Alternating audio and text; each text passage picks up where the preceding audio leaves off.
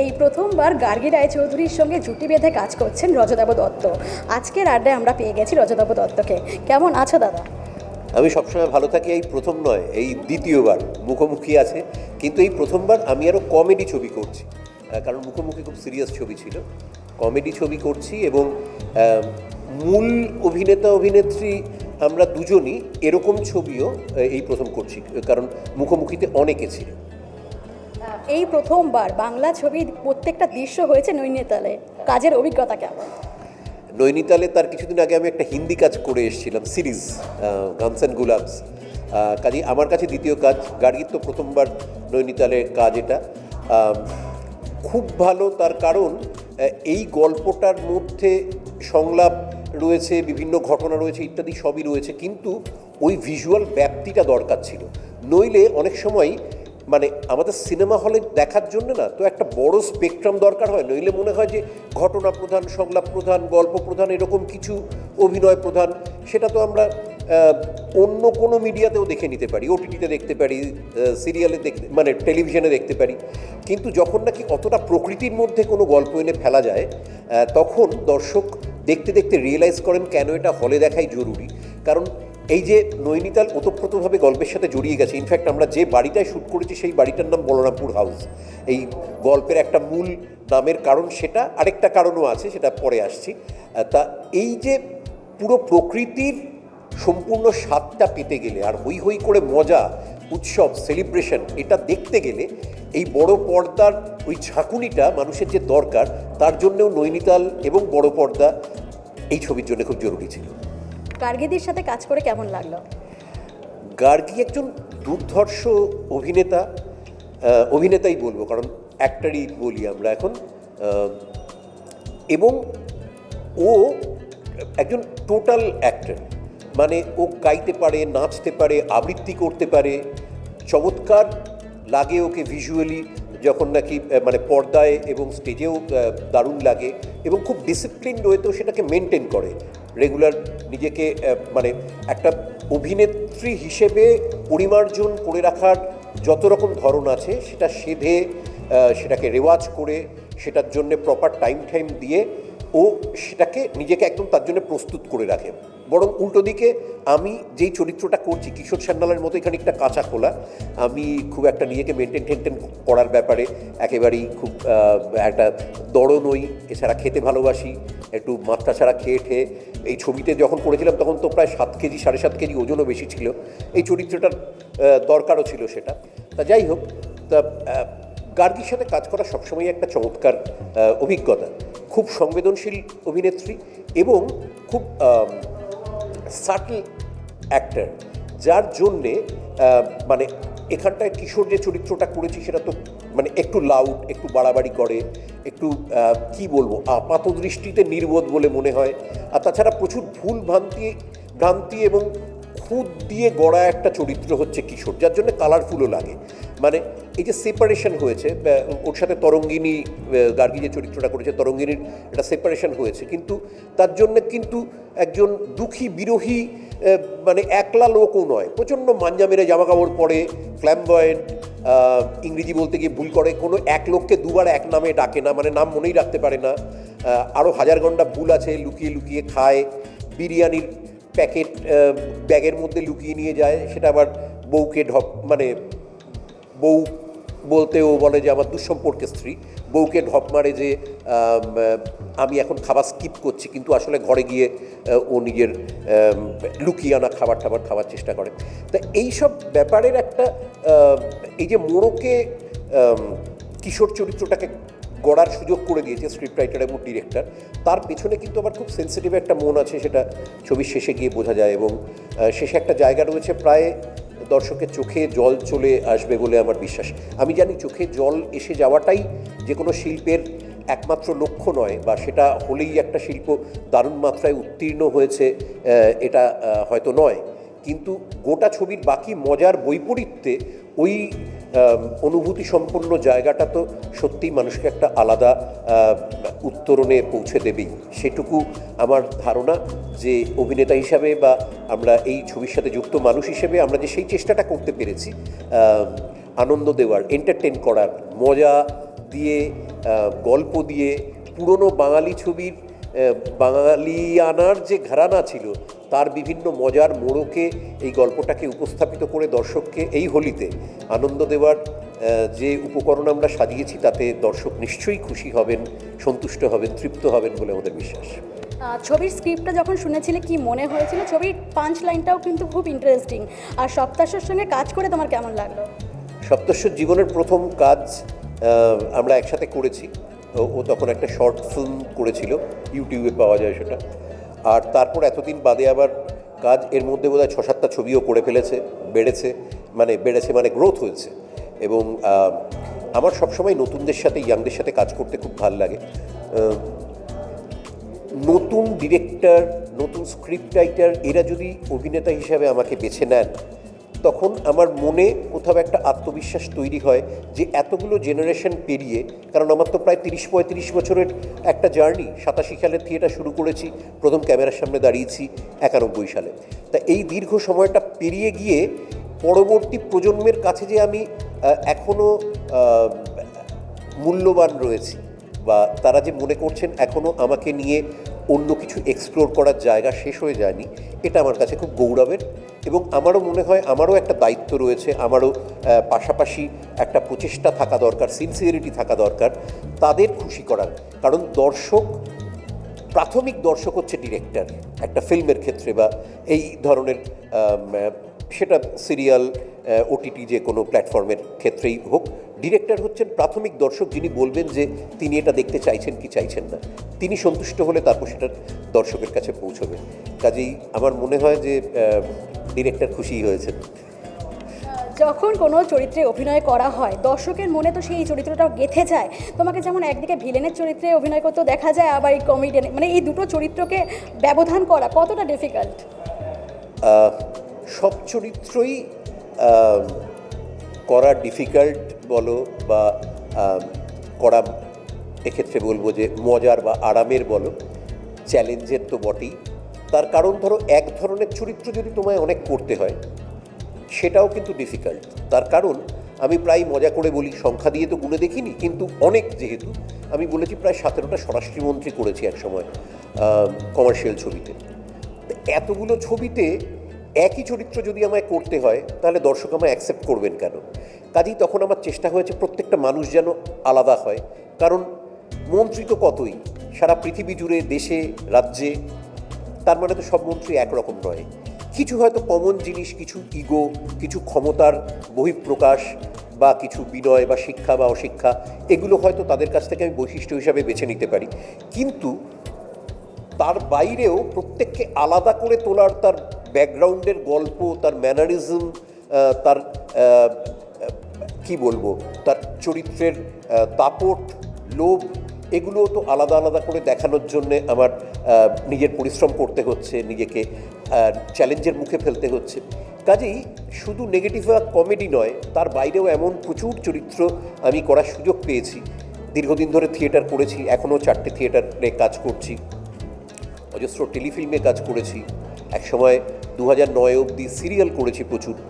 একমাত্র ফিল্ম ছাড়া মেজরলি আমি নেগেটিভ চরিত্রে তো এই মিডিয়াগুলোর কোনোটাতেই কাজ করিনি। ওটিটি করেছি কতগুলো, সেগুলো তো কেন্দ্রীয় চরিত্র করেছি, কোনোটাই সেই অর্থে নেগেটিভ বোধহয় নয়, একটা ছাড়া, ওয়াটার বটল ছাড়া। তা এই প্রত্যেকটা চরিত্রই কাজ করা আমার কাছে খুব ইন্টারেস্টিং। এবং তবে আমার নিজের ব্যক্তিগতভাবে কমেডির প্রতি একটা দুর্বলতা বোধহয় রয়েছে। কারণ আমার মনে হয় যাই বলছো, মানে অভিনয় করা তো একটা বক্তব্যকে দর্শকের কাছে পৌঁছে দেওয়া, সেটা দর্শকের, সেটা ডিরেক্টরের, সেটা স্ক্রিপ্ট রাইটারের, সেটা গোটা প্রোডাকশানের, মানে প্রডিউসারও চাইছেন এই রকম একটা ছবিতে ইনভেস্ট করতে, তার মানে তিনি কিছু কথা বলতে চাইছেন সমাজকে বা দর্শককে। এবং অভিনেতার এই যে কথা বলার একটা পদ্ধতি বা নিজেকে পৌঁছে দেওয়ার একটা পদ্ধতি হচ্ছে অভিনয়, সেটার মধ্যে আলাদা আলাদা গল্পের জন্য নিজেকে আলাদা আলাদা, মানে ধরো সেতার বা সরোদ হয়তো সব জায়গাতেই বাজছে, কিন্তু তুমি আলাদা আলাদা রাগ বাজাচ্ছ, বা তুমি আলাদা আলাদা দর্শকের জন্য সেটাকে আলাদাভাবে বাজাচ্ছ একই রাগকে। তা সেইটা একটা খুব বড় চ্যালেঞ্জের প্রশ্ন, সেটা একটা খুব বড় ভালো লাগার জায়গা, এবং সেই কাজটা নিজেকে ঘুরিয়ে ফিরিয়ে নানাভাবে ভাঙা গড়ার মধ্যে দিয়ে বিভিন্ন কিছুতে সাজাতে আমার ভাল লাগে, প্রত্যেক অভিনেতারই ভাল লাগে। মফস্বলের দিকে গেলে শোনা যায় এখনও ঘাতক ছবিতে তোমার একটা ডায়লগ ছিল, মাসি মাসি মাসি, ওই ডায়লগটা কিন্তু তারা এখনও মনে রেখেছে। কেমন লাগে এত বছর পরেও? খালি ওটা নয়, আরও বেশ কিছু ডায়লগও মনে রেখেছে। মিঠুনদা এগুলোকে বলতেন তাকিয়া কালাম, মানে ধরো কোনো একটা চরিত্রের কোনো একটা বৈশিষ্ট্য রয়েছে, সেই বৈশিষ্ট্যটাকে বা ম্যানারিজমটাকে, বিশেষ করে স্পিচে হতে পারে, সেটা কোনো ভঙ্গিতে হতে পারে, কোনো মুদ্রাদোষকে বারবার রিপিট করার মধ্যে দর্শক একটা একাত্ম বোধ করেন, এবং সে যদি একই কথা বারবার করে ছবির বিভিন্ন জায়গায় বিভিন্নভাবে ব্যবহার করে, তখন সেটা তখন একটা গ্রহণযোগ্যতায় সেই চরিত্রর একটা কি বলবো একটা ওপরে একটা ব্র্যান্ডিং মতো একটা তৈরি হয়। তা দর্শক ওইটা বলেই খুব চট করে এই চরিত্রটাকে ধরিয়ে দেন। তার মধ্যে যদি আলাদা কোনো কণ্ঠ ব্যবহার করা হয় তাহলে দর্শকের আরও সেই সিগনেচারটায় পৌঁছতে সুবিধে হয়। এখানটায় যেরকম এরকম একটা গলা ছিল, ও মাসি মাসি দেখো দেখি একটাকে খাট থেকে টেনে নামালাম আর একটা কোলে চড়ে বসে রইল, নারায়ণ নারায়ণ। তাই এই কণ্ঠটা তো আমি প্রত্যেক দিন যে দৈনন্দিন কণ্ঠ ব্যবহার করি, যেভাবে কথা বলি, যেভাবে অন্যান্য আর 5টা 12 আনা চরিত্র অভিনয় করি, আরও আমার বিভিন্ন কণ্ঠে হয়তো আরও 7-8টা ছবি করা আছে, চরিত্রের প্রয়োজনে সে কণ্ঠ বদলেছে। তা এখানটায় ওরকম একটা চারিত্রিক বৈশিষ্ট্য দেওয়ার জন্য এই কণ্ঠটাকে ম্যানিপুলেট করেছিলাম। দর্শকের ওটা ভালো লেগেছিল, তাই তারা হয়তো অনেক সময় সেটা দিয়ে ওই চরিত্রর সিগনেচার ধরার চেষ্টা করেন, ওই অভিনেতাকে খানিকটা ওটা বলবো একটা অ্যাপ্রিসিয়েশনই, ওটা ট্রফির মতো। কেউ যখন ফিরে ওটাকে মনে করেন, ডেফিনেটলি বোঝা যায় যে তার কাছে ওটা থেকে গেছে, মনে কোথাও দাগ কেটে গেছে। শুটিংয়ের প্রয়োজনে তোমাকে তো বিভিন্ন জায়গায় যেতে হয়, কখনো কি এই খলনায়ক চরিত্রটা কোনো দর্শক সত্যি সত্যি মনে করে তোমার প্রতি ওরকম কোনো ব্যবহার করেছে, মানে খলনায়ক ভেবে এরকম কোনো অভিজ্ঞতা? না না, ইউজুয়ালি আমার একটা সুবিধে আছে, আমি যে চরিত্রগুলো করেছি, নেগেটিভ চরিত্র তো করেছি অনেক, মানে প্রায় 55-60% ছবিতে আমি নেগেটিভ চরিত্রে অভিনয় করেছি। কিন্তু তার মধ্যে একটা বড় অংশে আমি যেহেতু একটা হাস্যরসের মিশেল রাখার চেষ্টা করতাম, কাজেই রাগ করতে গিয়ে কোথাও একটা বড় অংশের দর্শক চরিত্রটাকে ভালোবেসে ফেলত। কাজেই তারা রাগ বা ঘেন্না করার সাথে সাথে চরিত্রটাকে প্রভূত পছন্দ করেছে, এটা আমি হামেহাল দেখেছি। কারণ দেখে তারা হাসছেন, তারা জুতো ছুটছেন না। জুতো ছুটলে সেটাও ট্রফিই হতো, আমি সেটাকে ছোট করে দেখছি না। কারণ নায়কের ক্ষেত্রে যেরকম গালাগাল করলে সেটা গালাগাল, প্রশংসা করলে প্রশংসা। নেগেটিভ চরিত্রের কোনো মার নেই, গালাগাল করলেও প্রশংসা, প্রশংসা করলেও প্রশংসা।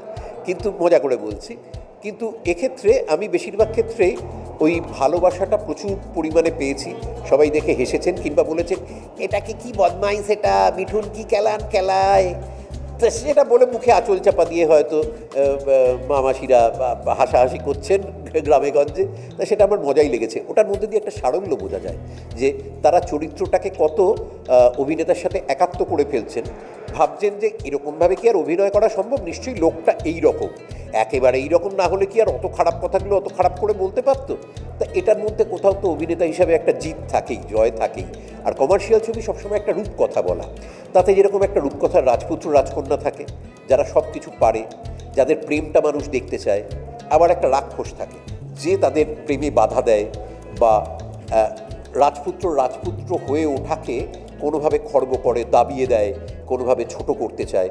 তো এই জায়গাটাও একই রকমভাবে গৌরবের। কাজেই কমার্শিয়াল ছবিতে যে 4টে চরিত্র স্ট্যান্ড আউট করে সেটা হচ্ছে নায়ক, নায়িকা, নেগেটিভ এবং কমেডিয়ান। তা আমি আবার চেষ্টা করতাম ওই দুটো চরিত্রকে একসাথে করার, কাজেই সেক্ষেত্রে আমি খানিকটা বাড়তি দুতরফের সুবিধে পেতাম আর কি। কখনো নায়কের চরিত্রে অভিনয় করার ইচ্ছে হয়নি? এখন তো সারা পৃথিবী জুড়ে এই নায়কের কথাটার তো সংজ্ঞা বদলে গেছে।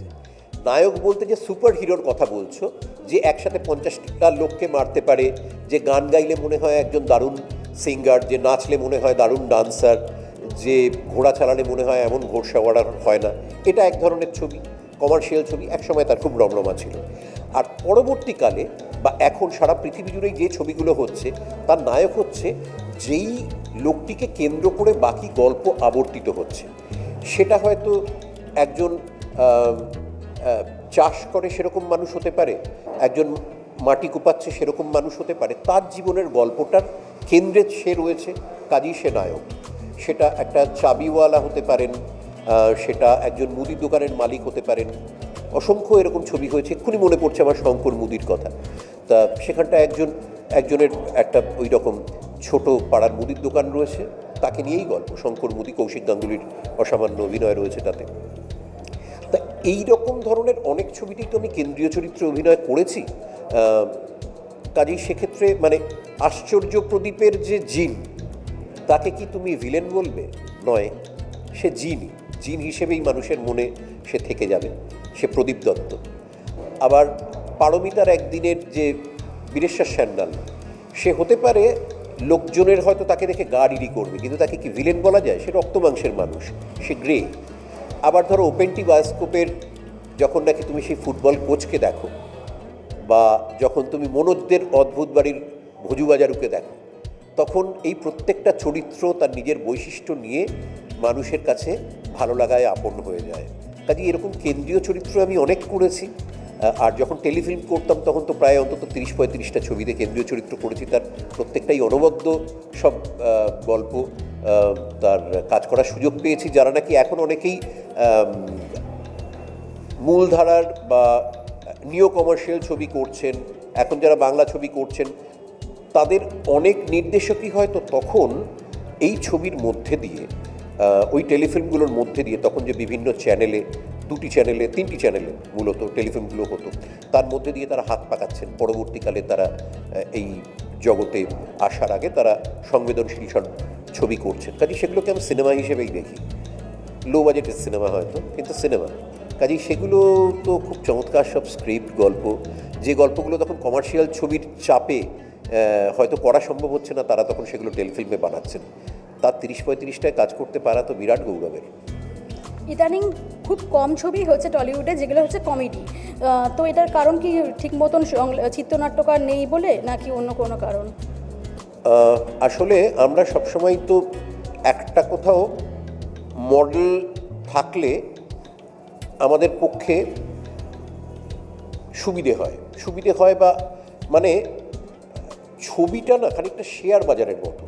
ঠিক কোন ছবি কোন সময় হিট করবে যেহেতু কেউ জানে না, অনিশ্চয়তায় ভরা, সবাই চেষ্টা করে যে মশলাগুলোর ওপর ভরসা করা যায়, তার মধ্যে সেক্স, ভায়োলেন্স এবং রিলিজিয়ান বিভিন্ন কিছু, এইগুলোকে মূল জায়গায় রেখে প্রচুর ছবি তৈরি হয়। ধরে নেওয়া হয় এগুলোতে মানুষ খুব একটা মানে সবার কাছে প্রাইমারি চাহিদার মধ্যে পড়ে, কাজেই ভালো লেগে যাবেই। আর ধরো ভূতের ভবিষ্যৎ হওয়ার পরে একগাদা ভূতের ছবি হলো, বা কেজিএফ হওয়ার পরে সব হিরোই দাঁড়িয়ে রাখতে শুরু করলো, একগাদা মারপিটের ছবি হলো। তা এই রকম যখন নাকি ঋষিকেশ মুখার্জি বা প্রিয়দর্শন এদের ছবি আসতো, তখন বেশ কিছু ছবি হয়েছিল। আবার তার পরবর্তীকালে কমেডি ছবি দেখা গেছে তুলনামূলকভাবে স্ত্রী বা হাউসফুল, ধামাল, এইসব ছবিগুলো তুলনামূলকভাবে অনেক গ্র্যান্ডারের মধ্যে হয়তো জড়িয়ে কিছু ছবি হচ্ছে। কিন্তু বাংলায় এখন একটু কম বাজেটের মধ্যে মানুষকে মানে যারা প্রযোজক, যারা নির্দেশক, তাদের ভাবতে হচ্ছে। তার কারণ বিভিন্ন কারণে রিজিওনাল ছবি একটু কোণঠাসা হয়েছে, তার জন্য মনে করা হচ্ছে খুব বেশি পয়সা খরচা করলে সেটা বিক্রি করে টাকা উঠবে না। কাজেই এমন গল্প ভাবার চেষ্টা করা হচ্ছে যাতে অল্প লোক দিয়ে একটু ভালোবাসাবাসীর গল্প, ঘরে বসে লোকে কাঁদছে বা থ্রিলার, এইগুলো করে যাতে মোটামুটি একটা ছবি করে ফেলে ব্যবসাটা করে ফেলা যায়। কিন্তু সেটা তো কমেডির ক্ষেত্রে কেউ ওই ভরসাটা করতে পারছে না, কারণ কমেডি খুব শক্ত। কমেডি করা, তাতে অভিনয় করা, তাতে নির্দেশনা দেওয়া, সব কিছুই খুব রসবোধ জিনিসটা না। মানে রিনাদি মানে অপর্ণা সেনামা একবার বলেছিলেন যে তোকে অভিনেতা হিসাবে প্রায় সব কিছুই শেখানো যাবে, টাইমিংটা শেখানো যাবে না। আর কমেডির সব কিছুই নির্ভর করে প্রায় টাইমিংয়ের ওপরে। ঠিক সময়ে ঠিক তার পাঞ্চ লাইনটা বলা, তার আগের কতক্ষণ থেমে থাকতে হবে, আমরা বলি প্রেগনেন্ট পজ, সিচুয়েশনগুলো কীভাবে তৈরি করতে হবে যার জন্যে ক্যাতুকুতু বলে মনে হবে না। তা এই সবগুলো খুব সহজ ব্যাপার নয়।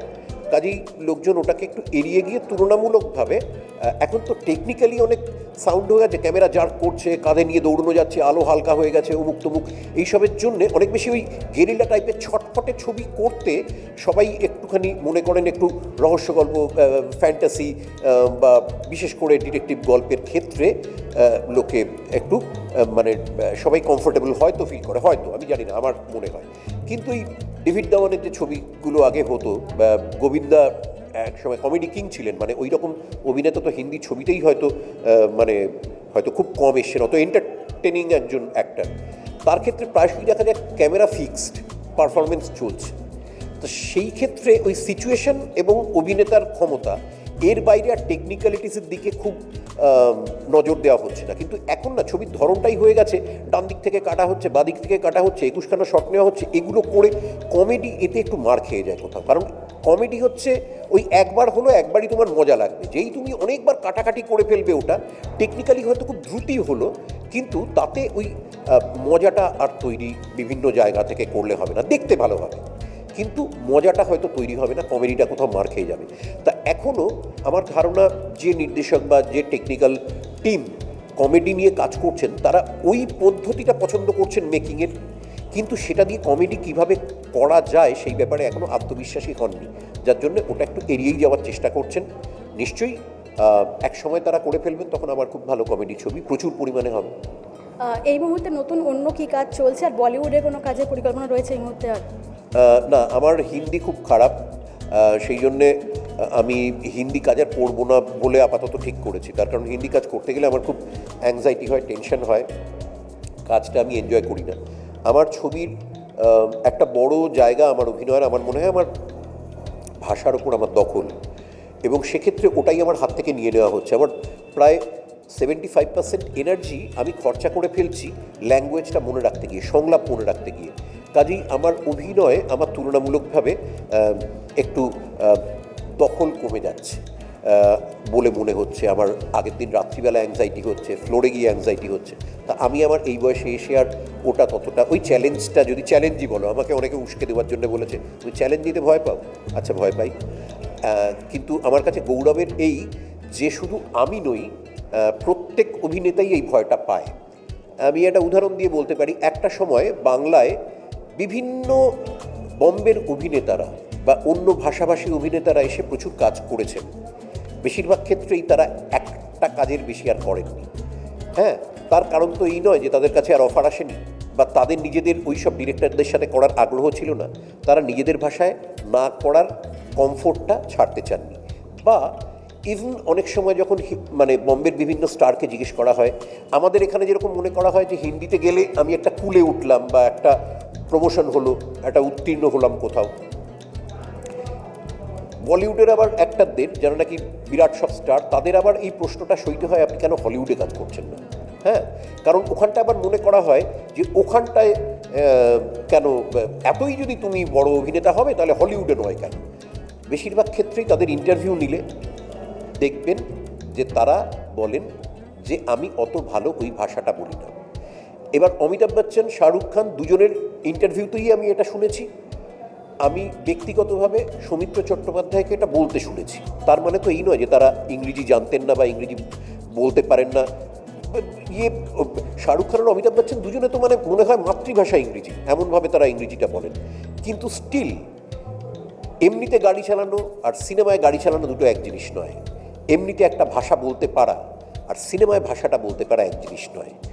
যেই ভাষার মধ্যে তুমি বেড়ে উঠেছো সেই ভাষাটা বলার মধ্যে যে আরামটা থাকে, অভিনয় করার মধ্যে যে আরামটা থাকে, সেই আরামটা আমি এখন আর মিস করতে চাই না। 2 নম্বর, আমি এখন কাজ করতে গেলেই আমি বুঝতে পারি একদম স্পট বয়, ফ্লোর অ্যাটেন্ডেন্ট থেকে শুরু করে নির্দেশক, ডিওপি অর্থাৎ ডিরেক্টর অফ ফটোগ্রাফি, প্রত্যেকটা লোক আমাকে চেনে। গত 30-32 বছর ধরে হয় আমি কি কাজ করেছি মোটামুটি তাই সম্বন্ধে, আমি কতটা ধেরিয়েছি বা ধেরাইনি তার সম্বন্ধে তার একটা ধারণা আছে, বা সে আমার সাথে আগে কাজ করেছে, কোথাও একটা বন্ধুত্ব রয়েছে। আমি অন্য ভাষায় কাজ করতে গেলে তাদের যতটাই হোমওয়ার্ক থাক না কেন, এটা হতে পারে না যে আমার যে কটা, আমি যদি 2-3টেও ভালো কাজ করে থাকি, সব কটা তারা দেখার সুযোগ পেয়েছেন, বেশিরভাগ ক্ষেত্রে তারা দেখেননি, কেনই বা দেখবেন, মানে সম্ভব নয়।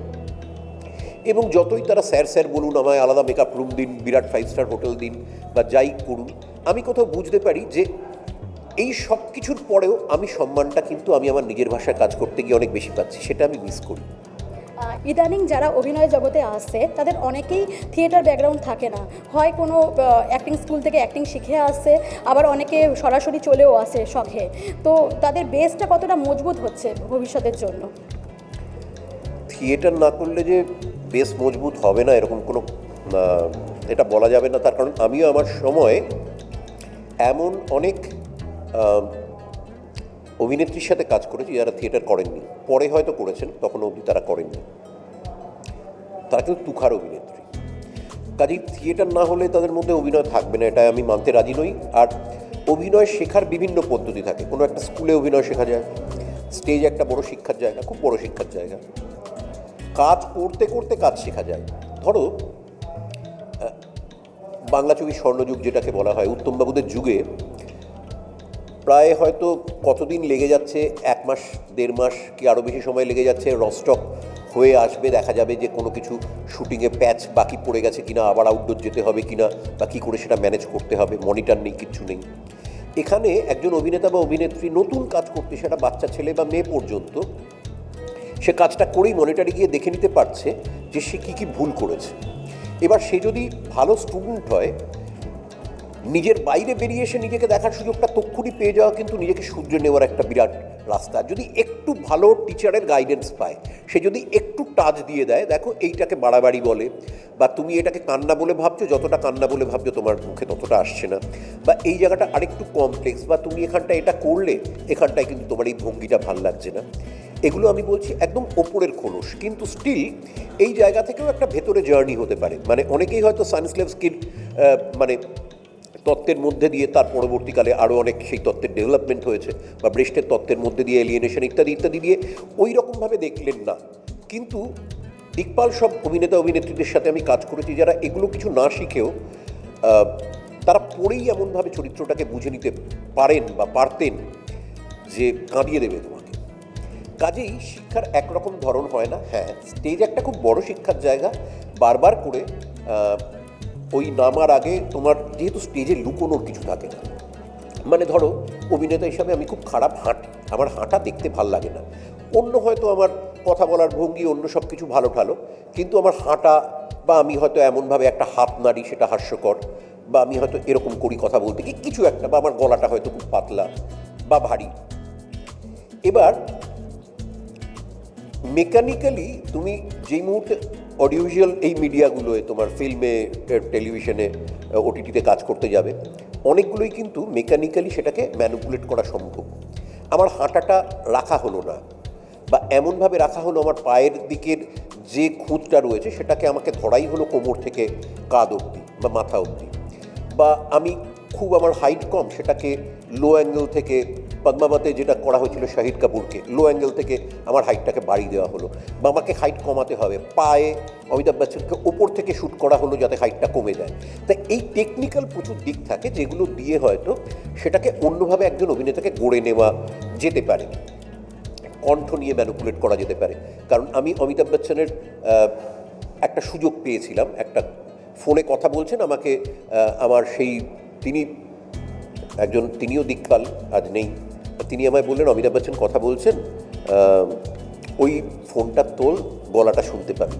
খুব অন্যায়, কিন্তু আমি লোভ সামলাতে পারিনি সেই মুহূর্তে, এবং আমি ফোনটা তুলে দেখলাম আমরা অমিতাভ বচ্চনের যে গলাটা শুনি সেই গলাটা কিন্তু নয়, ওটা উনি অভিনয়ের জন্য একটা গলা তৈরি করছেন। এবং আমি শুনেছি, সত্যি মিথ্যে জানি না, উনি একটাই রেকর্ডিং স্টুডিও ব্যবহার করতেন, সকালবেলা উঠে ডাবিং করতেন ওনার ওই ব্যারিটোনটাকে আরও বেশি করে ধরে রাখার জন্যে। এগুলো সবই আবার বলছি শোনা কথা, সেগুলো নাও হতে পারে, তবে ফোনে শুনতে তখন মোটেই অমিতাভ বচ্চনের আমার সেই স্বপ্নের গলা, ছোটোবেলা থেকে যে গলা শুনে বড় হয়েছে সেটা লাগেনি।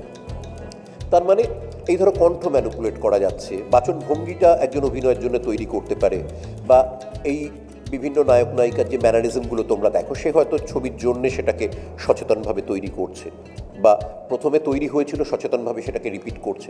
তা এই টেকনিক্যাল দিকগুলো স্টেজে করা যায় না। কাজে স্টেজে ক্রমশ কাজ করতে গেলে খুঁতগুলো সম্বন্ধে মানুষ অনেক বেশি জানতে পেরে যায়, সেগুলোকে রিপেয়ার করার জন্যে অনেক বেশি পরিশ্রম করতে পারে আর ঠিকঠাক গাইডেন্স পেলে তো কথাই নেই। বলরাম কাণ্ড নিয়ে দর্শকদের কি বলবে?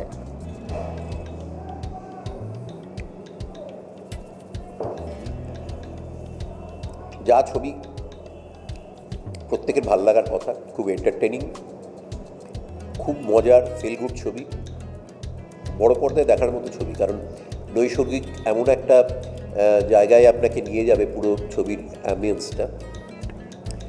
নৈনিতাল দেখার জন্যেও আপনার এই গল্পের সাথে কীভাবে সেটা ওতপ্রোতভাবে জড়িয়ে রইল।